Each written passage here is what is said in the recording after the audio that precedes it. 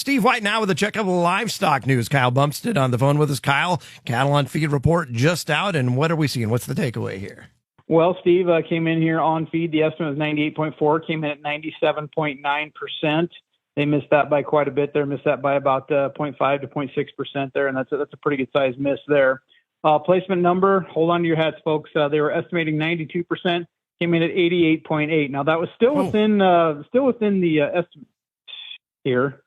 But we've got that was the lowest number of placements here since the series began in 1996. So I think that could definitely have an effect here as we get the thing started here on Monday. And then when we look at the marketings here, that came in at 88.1%. They were expecting 88.7, but we did have one less weekday this year versus last year, so I think that might come into it just a little bit.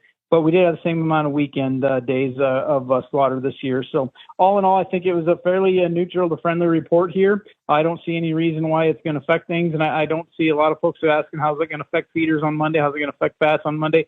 I look for us to be higher, except the things that, Bob, that are a little bit concerning here is the slaughter pace we have, which I think slaughter pace is going to be lower next week, given the fact that the holiday week, obviously, but the packer margins, they've been slipping as well. Now, that all kind of pertains to box beef here. If box beef does firm up here today, we could see, maybe a little bit more demand here for some cattle, but we've got light and kill here for the next couple of weeks, and that was kind of reflected in this week's cash trade. This week's cash trade was very, very quiet, as we did get a lot of cash traded here last week. So moving forward here, I think after the first of the year, there's potential here for us to see a decent bounce here. We do have some gaps above us here technically on these charts here to go back and fill. Now, I know that March is the lead contract here as far as feeders go, but a lot of folks are asking about January because that's what they've got here, and January is tied to the index.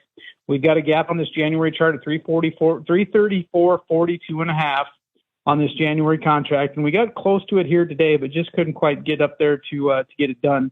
And then we've got this live cattle gap up here at 233.42.5. So we've got some gaps up here above us to potentially go back up here and get. And it may take a little bit, but I think there's a possibility we could go back up there and get those gaps here. And once we do, then it's going to be, if we can close above those gaps, I think there's some smooth sailing to the upside here yet for a while. But that's all kind of contingent here. I think once the announcement does come that they're officially going to open the border, which we don't know when that's going to be, but when that does come, there's going to be some emotional and some panic selling. But all in all, I think that this cattle complex still has some legs underneath it here as we turn the corner into the new year. And just real quick, but no surprise with the border situation, Texas, their numbers continue to be down. And in fact, I think for now a second report in a row, Nebraska coming in number one for cattle on feed.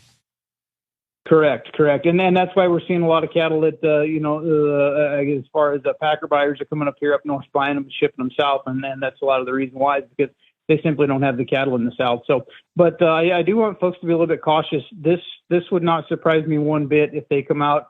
They've already slowed. We've already closed a plant here in Nebraska and Lexington, and it wouldn't surprise me if it's on the docket again down south somewhere, just because there's less cattle down there. So just be nimble, folks. Just be ready for anything when it comes to those announcements, because there's nothing we can do about those. But there are still ways to protect your bottom line out there and keeping the upside completely open. So do keep that in mind here, because anything can happen, as we saw that happen. We saw that announcement happen about Lexington, and things sold off hard.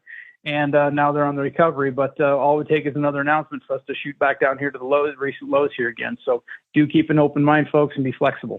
Thanks, Kyle. Kyle Bumsted breaking down cattle on feed.